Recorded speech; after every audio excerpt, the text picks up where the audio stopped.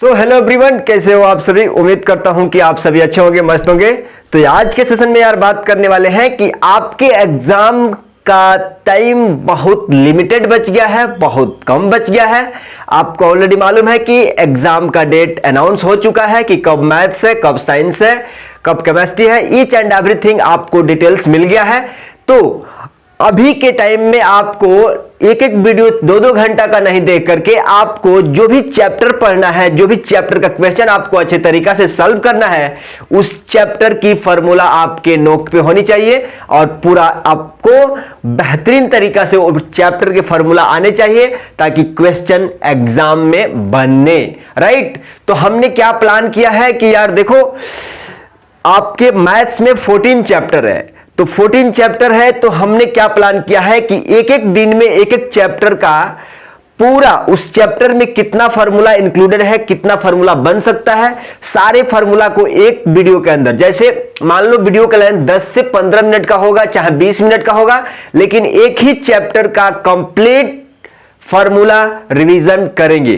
तो आप समझ गए कि भाई साहब 14 चैप्टर्स क्या है, कितना है, यहां पे समझ लीजिएगा। 14 चैप्टर्स है ना, 14 चैप्टर्स है, तो आपको क्या करना होगा, 14 डेज में, एक दिन में एक वीडियो आपको क्या करेंगे, हम शेयर कर देंगे। राइट, क्लियर है। तो प्रयास करिए कि एक 10-10 से 15 मिनट के वीडियो आप 2x पे 1.5x पे लगा के चेक कर लीजिए, देख लीजिए, रिवाइज कर लीजिए, ताकि एग्जाम में आपको बेहतर स्कोर करने का मौका मिला। तो आज के सेशन में बात करने वाले हैं कि चैप्टर 1 यानी रियल नंबर यानी वास्तविक संख्या में इस चैप्टर के अंदर कितने फॉर्मूले हैं। थोड़ा मोड़ा देखो यार, क्वेश्चन के लेवल को उतना डेप्थ नहीं जाएंगे। अगर आपको देखना है कि भाई डेप्थ लेवल से एनसीईआरटी को, चाहे जो भी जो भी बुक्स आपके अवेलेबल है, उसके सिलेक्टेड क्वेश्चन देखना है तो उसका लिंक पिन कर दूंगा।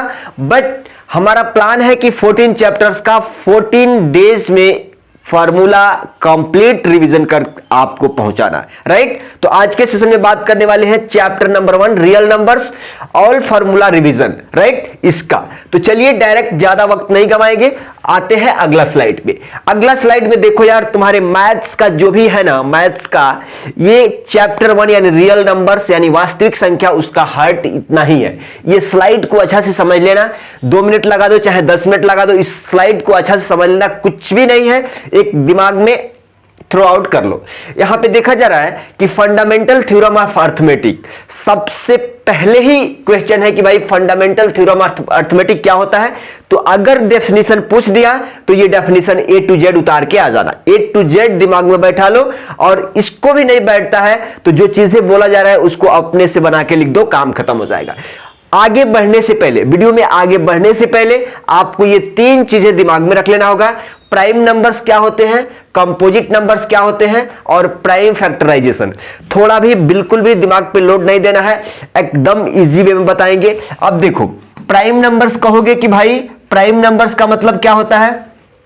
प्राइम नंबर्स का मतलब कि जिसका सिर्फ 2 ही फैक्टर हो, मतलब एक तो होगा ही, एक उस नंबर के एक तो होगा हो, और वह खुद नंबर इटसेल्फ, क्या चीज, इटसेल्फ, मतलब वह खुद नंबर।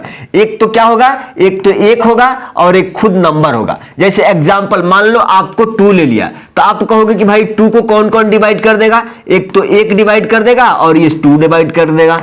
आप बताओ इस 2 को इसके और इसके अलावा कोई और नंबर डिवाइड कर सकता है, नहीं है। तो आप कहोगे कि भाई साहब पहला प्राइम नंबर क्या है, क्या है, 2 है। राइट। इस तरह से कंपोजिट नंबर क्या है भाई साहब, कंपोजिट नंबर क्या है, जो प्राइम नंबर नहीं हो, एक को छोड़ करके जो प्राइम नंबर नहीं है, बाकी के सारा कंपोजिट है। आप कहोगे कि भैया एक को छोड़ देना है और प्राइम नंबर को छोड़ देना है, मतलब 2, 3 छोड़ देना, प्राइम नंबर बोले तो 2, 3, 5, 7 छोड़ देना है। मतलब अब 3 के बाद क्या है, 4 है, 5 के बाद क्या है, 6 है, 7 के बाद क्या है, 8 है। तो ये 4, 6, 8 क्या है, प्राइम नंबर है। 4, 6, 8 क्या है, प्राइम नंबर्स। अब कहोगे कि भैया कैसे इसको पकड़ेंगे कि कंपोजिट नंबर है, तो आप जान लो कंपोजिट नंबर को पकड़ने के लिए, समझने के लिए, जिसका फैक्टर 2 से ज्यादा हो, जिसका फैक्टर 2 से ज्यादा हो, आप समझ लो। आप कहोगे कि भैया 10, देखो ना इसका फैक्टर कितना है, एक तो 1 होगा, एक 2 होगा, एक 5 होगा और एक क्या है 10 होगा। क्लियर? देखो 1 2 3 4 टोटल फैक्टर कितना है? 4 फैक्टर है। तो आप कहोगे कि 10 एक क्या है? क्या है? कंपोजिट नंबर है। 10 एक क्या है? कंपोजिट नंबर है। अब आ जाओ, आप कहोगे कि प्राइम फैक्टराइजेशन क्या है? प्राइम फैक्टराइजेशन क्या है भाई? प्राइम तो जानते हो ना, प्राइम बोले तो 2 3 5 2 3 5 7, राइट? मतलब जिसका सिर्फ और सिर्फ क्या है? 2 ही फैक्टर है, एक तो एक और एक खुद वह नंबर। क्लियर है? अब आप कहोगे कि एग्जांपल लेते हैं, मान लो यहां पे 4 है, तो मान लो यहां पे 6 है, तो 6 को प्राइम फैक्टर के रूप में तोड़ना है, तो कुछ भी दिमाग मत लड़ाओ, आप कहोगे कि भाई 6 को ऐसा एक लाइन खींचेंगे, ऐसा करेंगे। सबसे छोटा प्राइम नंबर 2 है, 2 से 3 बार में जाएगा, यहां से 3 और 1 बार में जाएगा। अब देखो जरा, मतलब आप कह सकते हो कि 6 को प्राइम फैक्टर में तोड़ना है तो 2 इंटू 3, क्या? 2 इंटू 3, 2 इंटू 3, राइट? तो यही देखो जरा, ये तो ये क्या है? ये क्या है? आपका कंपोजिट नंबर। 6 क्या है? Composite number. और ये क्या है?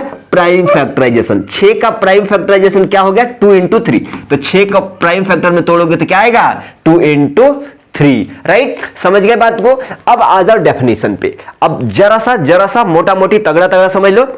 Every composite number can be expressed और फैक्टराइज। यहां पे समझो जरा, एवरी कंपोजिट नंबर मान ले तो जिसका 2 से ज्यादा फैक्टर में तोड़ा जा सकते हैं, जिसका 2 से ज्यादा फैक्टर हो।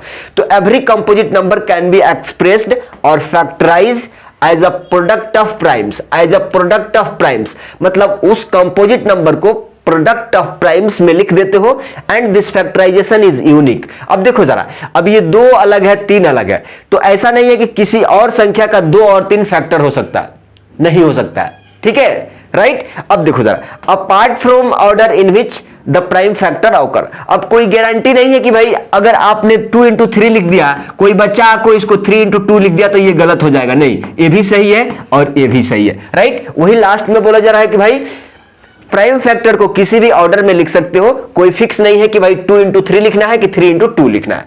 समझ में आ गया? इतना बात समझ में आ गया?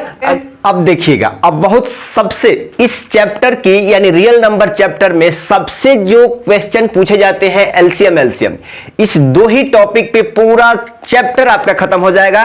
कहीं से लैंग्वेज बेस पूछ दे, चाहे कुछ भी पूछे, ये काम उसमें करना होगा। टेंशन मत लेना कि ये इंग्लिश में लिखा हुआ है, product of highest power of each common prime factor involve in the numbers, right? अब देखो जरा यार, एलसीएम का सबसे सूक्ष्म तरीका समझते हैं। एलसीएम का फुल फॉर्म क्या होता है? Least common multiple. ये एलसीएम का फुल फॉर्म क्या होता है? Least common multiple. अब देखो जरा, उतना डेप्थ में नहीं जाएंगे कि भाई चलो एकदम पकड़ रहे हैं, हम एग्जांपल से समझा देंगे, आपको क्वेश्चन डायरेक्ट एग्जाम में सॉल्व करना है। अब एचसीएफ का मतलब क्या होता है? Highest common factor. क्या चीज?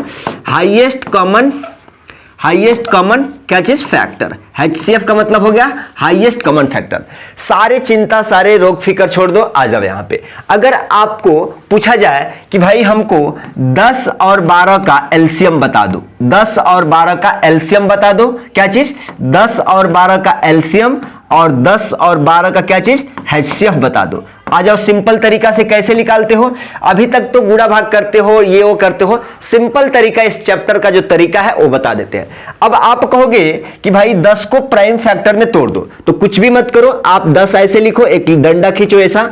आप कहोगे कि प्राइम फैक्टर 2 से भाग देंगे, 2 5 10, ठीक है, एक 5 से एक बार में और चल जाएगा, एक बार, ठीक है। मतलब आप कहोगे कि 10 को प्राइम फैक्टर में तोड़ दिया हमने, क्या आ गया? 2 इंटू 5 आ गया। अगर हम कहें तो इसका पावर 1 है, इसका पावर 1 है, कुछ भी पावर नहीं है तो 1 है, राइट? अब 12 को भी वैसा ही तोड़ दो, तो 12 को प्राइम फैक्टर में तोड़ेंगे तो सबसे छोटा प्राइम 2, 2 छक्के 12, 2 छक्के 12,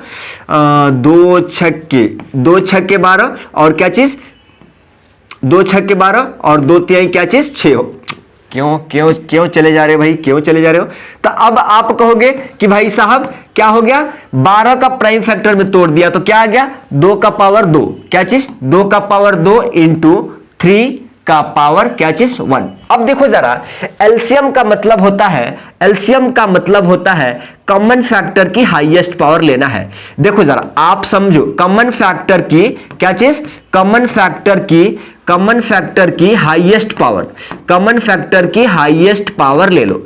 कॉमन फैक्टर की, अच्छा ठीक है, यहां पे लिख दे कॉमन फैक्टर की हाईएस्ट पावर आपको लेना है, कॉमन फैक्टर की हाईएस्ट पावर लेना है। और HCF पूछा जाए तो आप कहोगे कॉमन फैक्टर की लिस्ट पावर। देखो जरा, कॉमन फैक्टर की लिस्ट पावर, कॉमन फैक्टर की क्या चीज, लिस्ट पावर या स्मॉलेस्ट पावर। ग्रेटेस्ट, देखो हाईएस्ट के जगह पे ग्रेटेस्ट भी लिख सकते हो, लिस्ट का जगह पे क्या चीज, स्मॉलेस्ट भी लिख, लिस्ट पावर। ठीक है, अब देखो जरा यहां पे एक बात समझ लो, एक बात समझ लो। अब यहां पे 10 का प्राइम फैक्टर 2 का पावर 1 और 5 का पावर 1 है, समझो। 12 का प्राइम फैक्टर में 2 का पावर 2 इंटू 3 का पावर 1 है, इतना ही है ना। हम कहते हैं कि इसका प्राइम, ये 10 का प्राइम फैक्टर और ये 12 का प्राइम फैक्टर में अलग अलग कौन सा नंबर यूज हुए हैं, तो आप कहोगे कि भैया एक 2 है, 2 इसमें भी है, 2 इसमें है, 5 है, 3 है, मतलब अलग अलग कौन से नंबर दिख रहे हैं। आप कहोगे कि 2 5 3, 2 5 3। अब यहां पे 2 5 और 3 लिख लो, 2 5 3 लिख लो। ठीक है, हमने क्या बोला कि जैसे ही प्राइम फैक्टर में तोड़ने के बाद उसके बाद तुरंत आप कहोगे कि भाई एलसीएम के लिए कॉमन फैक्टर की हाईएस्ट पावर, एचसीएफ के लिए कॉमन फैक्टर की लिस्ट पावर देखना है, राइट। अब हम कहते हैं कि इस दोनों को प्राइम फैक्टर में अलग अलग प्राणी, अलग अलग डिफरेंट डिजिट क्या है वहां पे उतार दो, इसमें भी उतार दो, यहां पे भी उतार दो भाई। 2 5 क्या चीज 3। अब कोई बोलेगा भैया 2 के बाद 3 लिखो ना, अरे 2 3 किधर भी आड़ा टेढ़ा किधर भी लिख सकते हो, चलेगा, ऑर्डर फॉलो नहीं करना है। आप चाहो तो पहले 3 लिख दो, बाद में 5 लिखो, चाहे 2, कोई मतलब ऑर्डर फॉलो नहीं करना। अभी बताया था ना अर्थमेटिक थ्योरम ऑफ क्या चीज, फंडामेंटल थ्योरम में बताया था ना कि ऑर्डर फॉलो करो चाहे नहीं करो आंसर सेम आएगा। अब चलो अगला कंट्रोल, अगला बात है कि भाई साहब यहां पे देख रहे हैं कि 10 का प्राइम फैक्टर में 2 ही डिजिट यहां पे है, लेकिन यहां पे 3 है, इसमें भी 3 है, तो हम कहते हैं कि इसके हिसाब से अब इसको सेट कर लो। आप कहोगे कि इसमें 2 है 5 है, लेकिन क्या मिसिंग है, 3 है, तो 3 के पावर 0 लगा दो। हेलो देखो, अब इसके लिए देखोगे 2 5 3, तो 2 है 5 है लेकिन 3 नहीं है, तो 3 का पावर 0 कर दो। इसमें 2 है 3 है लेकिन 5 नहीं है, तो 5 का पावर 0 कर दो। अब देखो जरा 2 5 3, देखो 2 5 3, 2 5 3, 2 3 5, दोनों में सेम हो गया ना, वो भी सेम ये भी सेम। अब देखो जरा, अब आ जाओ, कॉमन फैक्टर की हाईएस्ट पावर देखना है।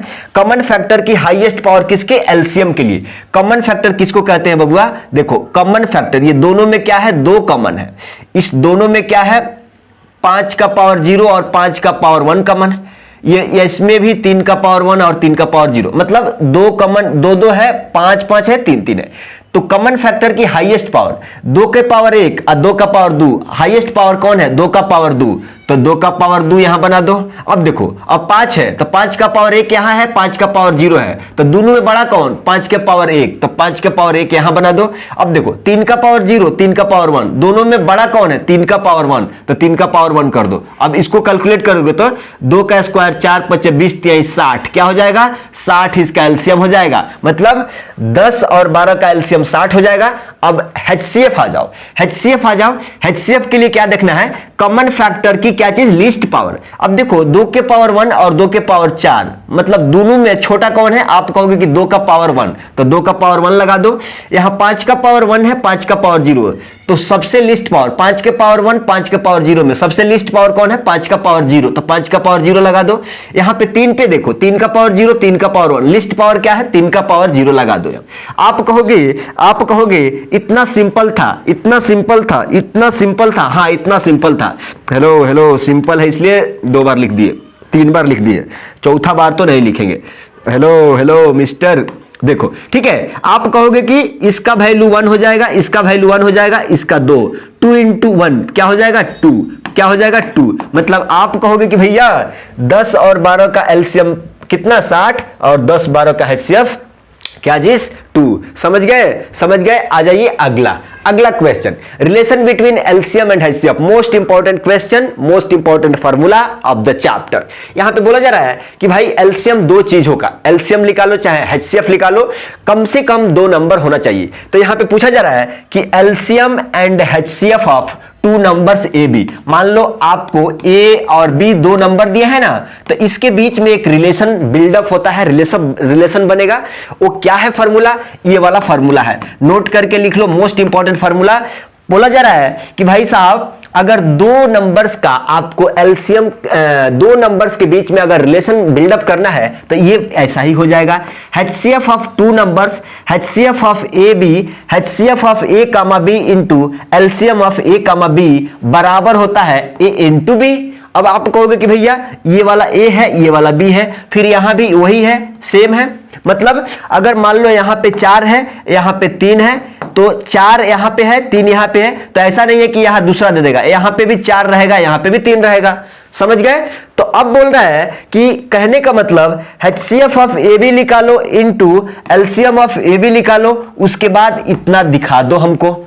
ये भी प्रूफ भी कर सकता है, क्वेश्चन भी पूछ सकता है, तो ये फॉर्मूला याद रखना। अब आप कहोगे कि क्वेश्चन पूछेगा कैसे, वो देखो जरा, यहां पे बोला जा रहा है कि HCF ऑफ, देखो जरा, HCF ऑफ 253 कामा 440 इक्वल टू कितना है, 11 है, एंड एलसीएम ऑफ 253, देखो हमने कहा था ना, जो यहां पे होगा वो यहां पे होगा, जो यहां पे होगा वही वैल्यू यहां पे होगा। बोला जा रहा है कि भाई HCF का मान दिया हुआ है, एलसीएम का मान दिया हुआ है, आर फाइंड आउट करो। तो सबसे पहले नजर बंद करो, आंख बंद करो, फॉर्मूला लिखो। क्या चीज, क्या चीज, क्या चीज, HCF of A comma B into LCM of, formula बहुत छोटा है, LCM of A B equal to क्या होता है, ए इंटू बी। आप कहोगे कि भैया इसका जगह पे कितना दिया हुआ है, 253, क्या चीज, 253, और बी का जगह पे कितना दिया हुआ है, 440, यही दिया है ना HCF, क्या चीज, यही दिया है ना, इंटू देखो एलसीएम इंटू एलसीएम, एक एक बात समझो, ए का जगह पे वही है, क्या चीज, 253, हम आपको समझाने के लिए ये लिख रहा हूं, नहीं तो इतना लिखने का जरूरत नहीं है। आप कहोगे कि भाई साहब ये वाला ए है, ये वाला ए है, ये वाला बी है, ये वाला बी है, मतलब 253 क्या चीज, 253 इंटू क्या चीज, क्या चीज, 440, देखो जरा, तो 440, लेकिन क्वेश्चन में क्या दिया हुआ है, देखो समझ लो यार, समझ लो, हमने तो ये सेट कर दिया ना।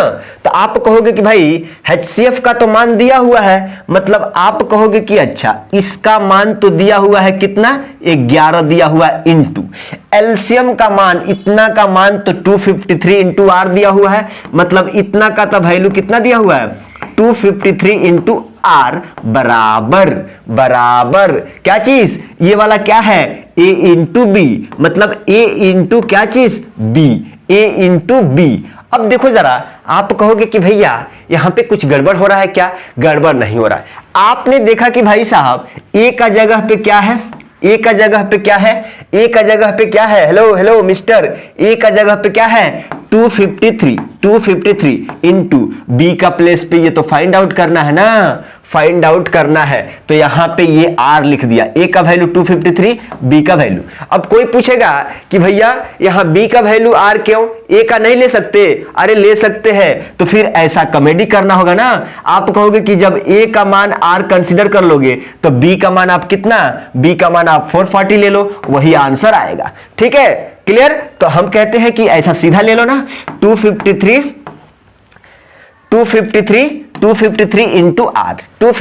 Into are, 253 into are. अब देखो जरा, अब हेलो, यहां पे देखो जरा, भैया आपको ए और बी का मान पता है ना, हम आपको समझाने के लिए, ए और बी का मान पता है ना, तो आर निकालना है ना, तो आर के ही रखो, ये 11 इंटू 253 आएगा, तो इधर क्या हो जाएगा, डिवाइड हो जाएगा, यानी 253 इंटू 440 बट्टे में क्या हो जाएगा, 253 इंटू क्या चीज, 11 आ जाएगा। 253 से 253 कैंसिल, 11 से 4 बार में मतलब 40 हो जाएगा, क्या चीज, आर का वैल्यू क्या हो जाएगा, 40 हो जाएगा। Clear, right. आ जाइए अगला क्वेश्चन पे। अगला क्वेश्चन पे बोला जा रहा है वैसा ही एलसीएम का मान दिया हुआ है इतना और HCF का मान दिया हुआ है इतना, ए का मान फाइंड करो। आप कहोगे कि ए बोले तो ये वाला ना, यही वाला, तो आप कहोगे कि सबसे पहले formula HCF of A B into LCM of A B बराबर कितना होता है, ए इंटू बी। आप कहोगे कि अच्छा इतना का मान दिया हुआ है कितना, 64 into LCM of A B, hello HCF का मान कितना दिया हुआ है, 4 दिया हुआ है, एलसीएम का एलसीएम का मान कितना दिया हुआ है 64 equal to a into B. अब जरा देखो a इंटू बी, अब कहोगे कि भाई साहब ये a है ये b है, तो a का मान कितना है 32 है, 32 है, और b आपको तो निकालना है, तो b निकालना है, तो आप कहोगे कि ये 32 आके इधर क्या हो जाएगा, डिवाइड हो जाएगा। 32 दूना 64, 4 दूना क्या हो जाएगा, b का वैल्यू कितना 8 हो जाएगा, और यही इसका क्या है आंसर है। क्लियर। अगला क्वेश्चन देख लीजिएगा जरा, सिंपल है, सिंपल है। यहां पे पूछा जा रहा है कि find the LCM, find LCM and HCF of the following integers and verify LCM into HCF equal to क्या चीज, product of two numbers, product of two numbers अभी बताए थे ना।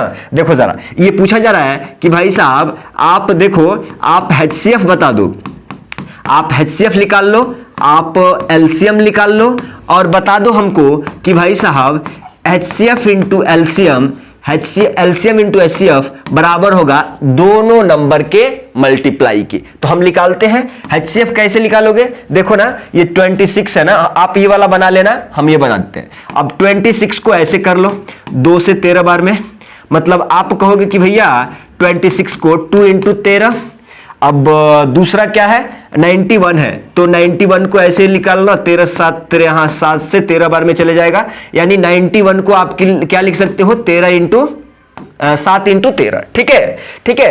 तो अब देखो जरा, आप कहोगे कि अलग अलग प्राणी इसमें क्या है, अलग अलग प्राणी क्या है इसमें, देखो अलग अलग प्राणी क्या है, 2 है 13 है 7 है, 13 तो ये है, तो आप लिखो, आप लिखो 2 13 और क्या चीज 7, इसमें भी लिखो 2 13 और क्या चीज 7, 2 13 7, तीन प्राणी अलग अलग है, तो इसको भी 3 बना लो, इसको भी 3 बना लो। 2 13 7 नहीं है तो 7 का पावर 0, यहां पे आ जाइएगा थोड़ा सा, इसको भाई साहब को छोटा करना है, छोटा करना है, ठीक है, हो गया ना, हमारा काम हो जाएगा उतना में। अब आप कहोगे कि भाई साहब इसमें 2 13 7 है, इसमें से 2 13 तो है लेकिन 7 नहीं है, तो 7 का पावर 0 इंटू 7 का पावर 0, इसमें 7 13 है लेकिन 2 नहीं है, तो 2 का पावर 0 इंटू 2 का पावर 0। अब देखो एचसीएफ के लिए कॉमन फैक्टर की लिस्ट पावर, कॉमन फैक्टर की लिस्ट पावर, तो आप कहोगे कि अच्छा कॉमन क्या है, कॉमन देखो ना, यहां पे 2 का पावर, यहां पे 2 का पावर कुछ भी नहीं है तो 1 है, यहां पे 1 है, पावर 1 है, कुछ भी नहीं है तो 1 है। ठीक है, अब देखो 2 का पावर 1, देखो 2 का पावर 1 और 2 का पावर 0, तो लिस्ट पावर 2 का पावर 0, तो 2 का पावर 0 लगा दिया, 2 का पावर 0 लगा दिया। यहां पे 13 का पावर 1 है या 13 का पावर 1 है, यहां 13 का पावर 1 13 का पावर 1, तो लिस्ट पावर 13 का पावर 1 होगा ना। यहां 7 का पावर 0 7 का पावर 1, तो दोनों में छोटा पावर कौन है 0 है, मतलब आप कहोगे कि इसका वैल्यू 1 इसका वैल्यू 1, और 13 इंटू 1 कितना हो जाएगा 13 हो जाएगा। देखो एचसीएफ 13 हो गया। अब एलसीएम निकालते हैं, एलसीएम के लिए कॉमन फैक्टर की हाईएस्ट पावर, तो देखो 2 का पावर 1 और 2 का पावर 0, तो हाईएस्ट पावर 2 का पावर 1 है ना, और 13 देखो 13 का पावर 1 13 का पावर 1, दोनों में से कोई लिख सकते हैं क्यों पावर सेम है। 7 का पावर 0 7 का पावर 1, तो हाईएस्ट पावर क्या है 7 का पावर 1। देखो 13 से 91 दूना कितना हो जाएगा 91 टू जिया कितना हो जाएगा 182 हो जाएगा 182। अब देखो हमने क्या किया कि भाई एचसीएफ का मान कितना आ गया 13 आ गया, इंटू एलसीएम का मान कितना आ गया 182 हो गया। आप कहोगे कि भैया हम कह देते हैं कि ए का वैल्यू 13 है और बी का वैल्यू कितना 182।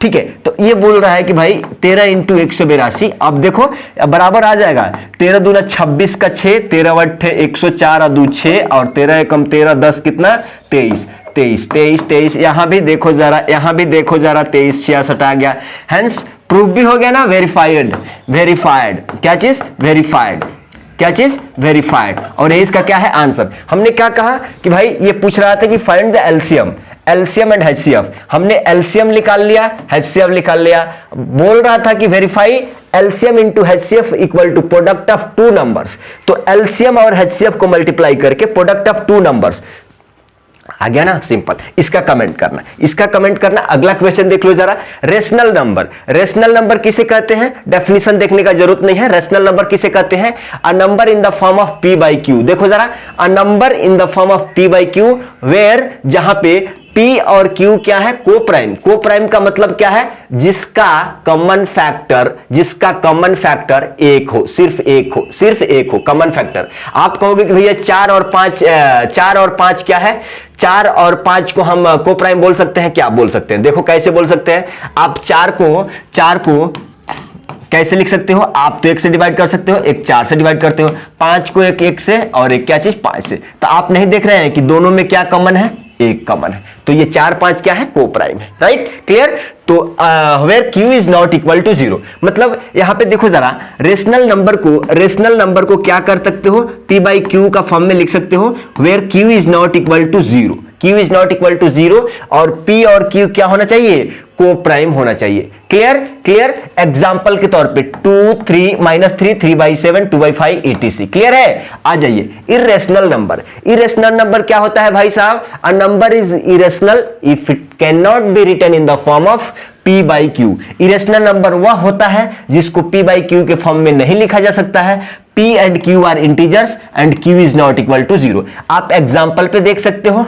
क्लियर है? पाई भी है। राइट, अब देखो जरा, हम कह रहे हैं Q is not equal to 0। अगर मान लो P बाई Q है, अगर Q का मान 0 ऐसा ले लेते हो P बाई 0, तो ये नॉट डिफाइन हो जाएगा ना जी, ये नॉट डिफाइन हो जाएगा ना। इसीलिए कहते हैं, नोट में लिख लेना, 0 में किसी भी संख्या से भाग देंगे तो देखो, अगर ये 0 है, किसी भी संख्या से भाग देते हो तो ये 0 दे देगा, लेकिन किसी भी संख्या में अगर 0 से भाग दोगे तो ये नॉट डिफाइन दे देगा। क्लियर? ये नोट में लिख लेना, बहुत इंपॉर्टेंट है। अगला क्वेश्चन आ जाओ।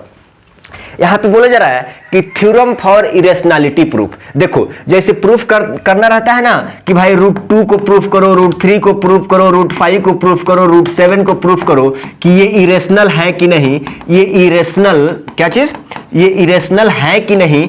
तो आप क्या जानते हैं कि उसके लिए एक थ्योरम बनाया गया है। क्या थ्योरम है? देखिए, if P is a prime number, if P, देखो जरा यहां पे समझिएगा, थोड़ा सा अलार्म है, नो इशू, 1 सेकंड का टाइम दे दीजिएगा। यहां पे देखो जरा, if P is a prime number, समझने की बात नहीं है, कोई कंफ्यूजन नहीं है, अभी सवाल करेंगे A to Z सबको समझ में आ जाएगा। If P is a prime number and A is a positive integer, if P divides A square. देखो, if P divides A square, क्या बोला जा रहा है कि जो P है ना, जो ये P है ना, A स्क्वायर को डिवाइड करेगा, तो ये क्या बोल रहा है कि भाई then P divides A also. मतलब अगर P A स्क्वायर को डिवाइड करता है तो A को P अल्सो डिवाइड करेगा, वही लिखा हुआ है। मतलब कहने का मतलब, अगर कह देते हैं कि भाई साहब, अगर 10 के स्क्वायर को अगर मान लो 5 डिवाइड करता है, 10 के स्क्वायर को 5 डिवाइड करता है, तो ये बोल रहा है कि ना, ये हाई जोन है ना 10, इसको 5 भी डिवाइड करना चाहिए। यही है तरीका। आ जाओ, अब आ जाओ तुम्हारे मकसद वाले क्वेश्चन पे। यहां पे बोला जा रहा है कि prove that √2 is a irrational. सिद्ध कीजिए कि √2 एक क्या है? अपरिमेय संख्या है। अब देखो जरा, बोर्ड पे ईच एंड एवरीथिंग है, सारे आराम से समझ लेना। सबसे पहले सिद्ध करने वाले सवाल को, सिद्ध यानी प्रूफ करने वाले सवाल को, चाहे √2 पूछ दे, चाहे √3 पूछ दे, चाहे √5 पूछ दे, चाहे √7 पूछ दे, चाहे √11 पूछ दे, कुछ भी पूछ दे, कॉन्ट्राडिक्शन मेथड से हम क्या करते हैं? प्रूफ करते हैं। कॉन्ट्राडिक्शन क्या कहता है भैया? कॉन्ट्राडिक्शन का मतलब, आप किसी भी चीज को उल्टा मान लेते हो। अरे उल्टा क्यों मानते हो? रीजन बताते हैं। देखो यार, कोई बताया कि भाई अगर इसका नाम पेन है तो तू बता दो, पेन है तो इसका 2 गुण रहेगा, पेन है तो लिखने का काम करेगा। मान लो इसको तुम शुरू में कह दिया कि ये पेन है, लेकिन लास्ट में इसका गुण लिखने का नहीं आ रहा है, तो आप कहोगे कि पेन है, तो क्या कह देंगे? भाई कॉन्ट्राडिक्शन मेथड से इसको माना था कि ये पेन है, लेकिन इसमें तो पेन का गुण नहीं मिल रहा है, तो पेन काय को कहेंगे? वही चीज है। मतलब कॉपी का कुछ मान लो, तो कॉपी का काम क्या है भाई? अरे आदमी का काम क्या है? ऐसे मतलब उल्टा मान लेते हैं। तो ज्यादा हम इस पे टाइम खर्च नहीं करेंगे, 2 मिनट में समझाएंगे थ्रोली। राइट, अब देखो जरा, बाय कॉन्ट्राडिक्शन मेथड, क्या चीज? By contradiction method. देखो जरा, बाय कॉन्ट्राडिक्शन मेथड, लेट क्या चीज? बाय कॉन्ट्राडिक्शन मेथड हम मान लेते हैं कि √2 इज अ क्या चीज? रेशनल नंबर है। भाई उल्टा मान लेते हैं कि √2 क्या है? रेशनल है। तू पूछ रहा है कि इरेशनल हमको बता दो, लेकिन हमारा दिमाग क्या है? कह रहा है कि नहीं, हम मान लेते हैं कि √2 क्या है, रेशनल नंबर है, लेकिन आगे क्या बोल रहा है, जैसे ही तुमने रेशनल बोला ना तो इसका मतलब कि रेशनल का मतलब p बाई क्यू के फॉर्म में लिख देंगे, और p और q doesn't have any common factor, doesn't have any common factor means cut पीट के सबसे छोटा वाला रेशनल, छोटा वाला, ठीक है, राइट, छोटा वाला फ्रैक्शन। अब आप कहोगे कि भाई p एंड q को प्राइम का मतलब जिसका हाईएस्ट कॉमन फैक्टर यानी HCF क्या होना चाहिए, 1 होना चाहिए, मतलब कॉमन रहना ही नहीं चाहिए। मान लो अगर हम कह दे कि भाई साहब इसमें कुछ कॉमन है क्या, नहीं है ना, अगर हम इसको कह दे कि इसमें देखो ना, अरे इसमें इसको 2 से काट सकते हो, इसको 3 से काट सकते हो ना, 2 दूना 4 3 दूना, तो आप कहोगे कि भाई इसमें 2 तो कॉमन था ना, राइट। अगर हम इसी को कह दे कि 3/7 तो इसमें कुछ कॉमन है क्या, नहीं है। अगर इसी को कह दे कि 10/20 तो आप कहोगे कि इसको तो 2 से काट सकते हैं ना, इसको भी 2 से काट सकते हैं, तो कॉमन नहीं रहना चाहिए। रेशनल नंबर का मतलब कि कॉमन नहीं आना चाहिए, PQ doesn't have any common factor and HCF equal to 1 होना चाहिए। अब देखो जरा, यहां तक लिख लिए ना, A to Z एग्जाम में लिखना है, नंबर पक्का मिलेंगे। स्क्वायरिंग ऑन बोथ साइड, अब हमको रूट हटाना है, रूट हटाने के लिए क्या करते हो, दोनों तरफ स्क्वायर कर देते हो। कोई तो बोल रहा है एक तरफ स्क्वायर करेंगे तो नहीं चलेगा, नहीं, गड़बड़ा जाएगा।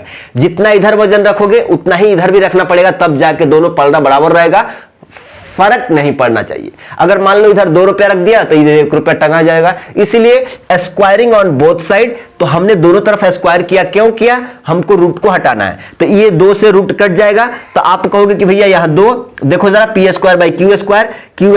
इक्वल टू P² 2 हो जाएगा। अब देखो जरा, अब इस मेथड का यूज करो, कि भैया P is a prime number, A is a positive integer, P divides A², देखो जरा P divides A² then P divides A also, इसी पे यूज करो। देखो जरा यहां पे देख रहे हैं कि भाई साहब यहां पे 2 डिवाइड्स P², देखो जरा लिखा है हमने 2 डिवाइड्स P², सो 2 डिवाइड्स P आल्सो। अरे अभी बताए थे ना, जब मान लो अभी बताए थे, ज्यादा अब नहीं लेटर, तो आप कहोगे कि जैसे ही P को 2 डिवाइड करेगा ना तो कैसे लिखेंगे, 2 डिवाइड्स P आल्सो, तो हमने कहा कि भाई P/2 equal to n, late कर लेते हैं।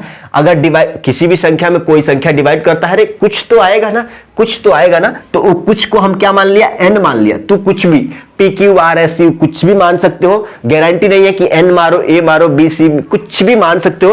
तो हमारा मर्जी किया भाई, जब P को 2 डिवाइड करेगा तो कुछ आएगा, तो हमने P/2 इक्वल टू क्या, n लेट कर लिया। जब लेट करोगे ना तो P का मान निकाल दोगे तो 2n हो जाएगा, इक्वेशन 2 मान लो, इक्वेशन 1 किसको मान लो। अब कह रहा है कि पुट इन वन, ये P इक्वल टू 2n है ना, ये इक्वेशन 1 में रख दो। इक्वेशन 1 क्या है भाई साहब, Q² इक्वल टू P²/2, देखो जरा इसमें रखो Q², P का मान कितना, 2n, तो इसका स्क्वायर है, 2 दूना 4n², देखो 4n²/2, 2 से 2 बार में कट जाएगा 4, ये Q² बराबर 2n² हो गया, तो Q²/2 ये नीचे लाएंगे। तो अब कहोगे कि भाई यहां पे देख रहे हैं तो 2Q को डिवाइड कर रहा है, हेलो 2Q² को डिवाइड कर रहा है, इसका मतलब कि 2Q को भी डिवाइड करेगा, 2 डिवाइड्स Q², सो 2 डिवाइड्स Q आल्सो। अब देखो जरा, जब Q को 2 डिवाइड करेगा तो हमने मान लिया कि डिवाइड करेगा, तो M आ गया, अब यहां से Q निकाल दिया तो Q इक्वल टू 2m। अब फ्रॉम 1 and 2, फ्रॉम 2 and 3, देखो जरा यहां 2, P का मान 2n है, Q का मान 2m है। हम देख रहे हैं कि भाई P/Q करने पे, P/Q को हमने रेशनल नंबर जब माना था तो कहा था कि नहीं, कॉमन नहीं आना चाहिए, लेकिन यहां P का वैल्यू 2n, Q का वैल्यू 2m, देख रहे हैं कि ऊपर में भी 2 है, नीचे में भी 2 है, कॉमन है, इसका मतलब तो काम गड़बड़ है। हमने बोला था कि रेशनल नंबर में कॉमन नहीं होना चाहिए, लेकिन यहां तो कॉमन आ गया, तो अब हमारा मान्यता कैंसिल हो जाएगा। क्यों भाई, रेशनल नंबर का मतलब कि P और Q में कॉमन नहीं बचना चाहिए, कटपीट का कॉमन नहीं बचना चाहिए। यहां तो देख रहे हैं कि ऊपर नीचे 2 कॉमन है, इसलिए हम कहेंगे कि भाई hence this contradiction occurs due to our wrong assumption that √2 is rational. लेकिन हमने गलत तरीका से गलत मान लिया था कि भाई √2 क्या है, रेशनल है, लेकिन वो तो रूल्स फॉलो नहीं कर रहा है, तो हमारा किसके चलते, रॉन्ग अजम्पशन से, हमारा गलती से वो गलती यहां आ गया। लेकिन √2 क्या है, रेशनल नंबर है, हेंस √2 क्या है, रेशनल नंबर, प्रूव्ड। यही करना है। आ जाइए अगला चैप्टर, क्या चीज होने वाला है, अगला चैप्टर नंबर 2, पॉलिनोमियल में कितने फार्मूला है, उसको बताएंगे A to Z। चलिए मिलते हैं अगले वीडियो, यानी 19 तारीख को एक वीडियो आएगा चैप्टर 2 का, यानी कि पॉलिनोमियल्स का ईच एंड एवरीथिंग फार्मूला। ठीक है।